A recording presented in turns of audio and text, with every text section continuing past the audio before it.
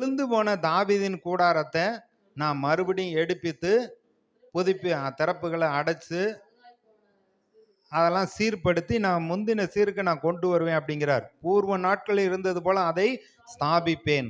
அப்ப என்ன அப்படின்னா, இன்னும் ஒரு ஆலயம் வரப்போகுது. அது கர்த்தருடைய மகிமையினால் நிரப்பப்பட போகிறது.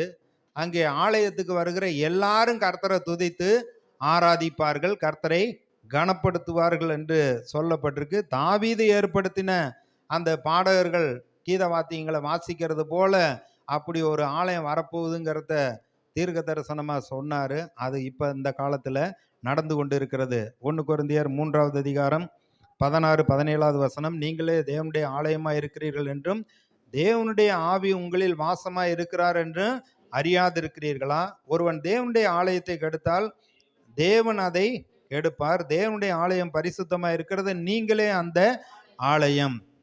இப்ப கடவுளை தேடி எங்கேயும் போக வேண்டியதில்லை. கடவுள் நமக்குள்ளே இருக்கிறார். கிறிஸ்துவானவர் மகிமையின் நம்பிக்கையாக உங்களுக்குள் இருப்பதே அந்த ரகசியம். நம்ம தான் தேவனுடைய ஆலயமாய் இருக்கிறோம். நமக்குள்ளே அவர் வாசமாய் இருக்கிறார். 1 கொரிந்தியர் 6வது அதிகாரத்துல 15வது வசனத்திலிருந்து உங்கள் 6வது அதிகாரத்துல 15ல உங்கள் சரீரங்கள் கிறிஸ்துவின் அவயங்கள் என்று அறியீர்களா? அப்படி இருக்க நாம் கிறிஸ்துவின் அவயங்களை வேசியின் அவயங்கள் ஆக்கலாமா? அப்படி செய்யலாகாதே. வேசியோடு இசைந்திருக்கிறவன் அவளுடனே ஒரே சரீரமாய் இருக்கிறான் என்று அறியீர்களா? இருவரும் ஒரே மாம்சமாய் இருப்பார்கள் என்று சொல்லி இருக்கிறதே. அப்படியே கர்த்தரோடு இசைந்திருக்கிறவனும் அவருடனே ஒரே ஆவியாயிருக்கிறான். வேசித்தனத்துக்கு விலகி ஓடுங்கள். மனுஷன் செய்கிற எந்த பாவமும் சரீரத்துக்கு புறம்பாய் இருக்கும். வேசித்தனம் செய்கிறவனும் தன் சுய சரீரத்துக்கு விரோதமாய் பாவம் செய்கிறான். உங்கள் சரீரமானது நீங்கள் தேவனாலே பெற்றும் உங்களில் தங்கி இருக்கிற பரிசுத்த ஆவியினுடைய ஆலயமாய் இருக்கிறது என்றும் நீங்கள் உங்களுடையவர்கள் அல்ல என்று அறியீர்களா? நமக்கு சொந்தம் கிடையாது. இன்னைக்கு என்ன செய்கிறோம்? நான் இப்படி தான் வேலை பார்ப்பேன், நைட்டும் பகலும் தூங்காமல் நான் எக்ஸ்ட்ரா நான் சம்பாதிக்கணும்னு வேலை பார்ப்பேன்.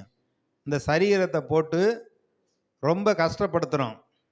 அப்படி இருக்கக்கூடாது. இந்த சரீரத்துக்கு வேண்டிய சத்தான சாப்பாட்டை கொடுக்கணும். இந்த சரீரத்துக்கு வேண்டிய ரெஸ்ட் கரெக்டாக கொடுக்கணும். இது தேவனுடைய ஆலயம்.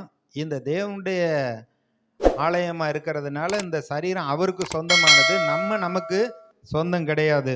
அடுத்த வசனம் சொல்லப்பட்டிருக்கு, கிரயத்து கொள்ளப்பட்டீர்களே, ஆகையால் தேவனுக்கு உடையவர்களாகிய உங்கள் சரீரத்தினாலும் உங்கள் ஆவியினாலும் தேவனை மகிமை